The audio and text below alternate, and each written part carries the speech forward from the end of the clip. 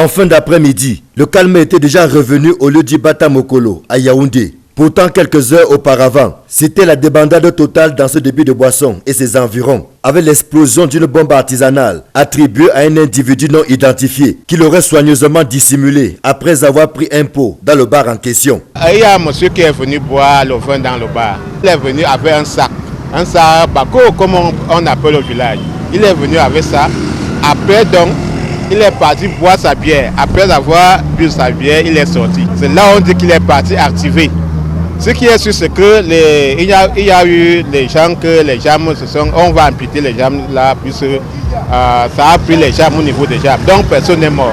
D'après les premières constatations, c'est à base d'une batterie de moto que l'engin a été fabriqué. Son explosion a fait plusieurs blessés, parmi ceux qui se désaltéraient, ainsi que des dégâts matériels. Des dégâts qui auraient été plus graves s'il avait explosé en plein marché Mokolo. Ça n'est jamais arrivé ici à Mokolo. Moi, je suis surpris que de trouver ça à l'entrée de chez moi. Et ça m'étonne. Et ça veut donc dire que l'État, le Cameroun, doit maintenant prendre les mesures sévères.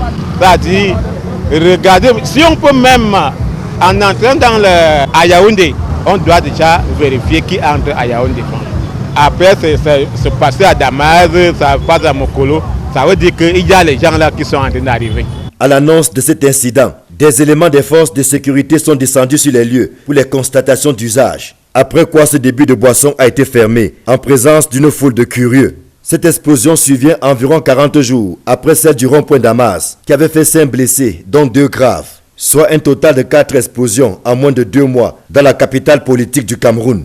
De quoi inquiéter sérieusement les populations, ce d'autant que ces explosions visent des endroits où il y a suffisamment du monde. Yaoundé vit désormais dans la peur.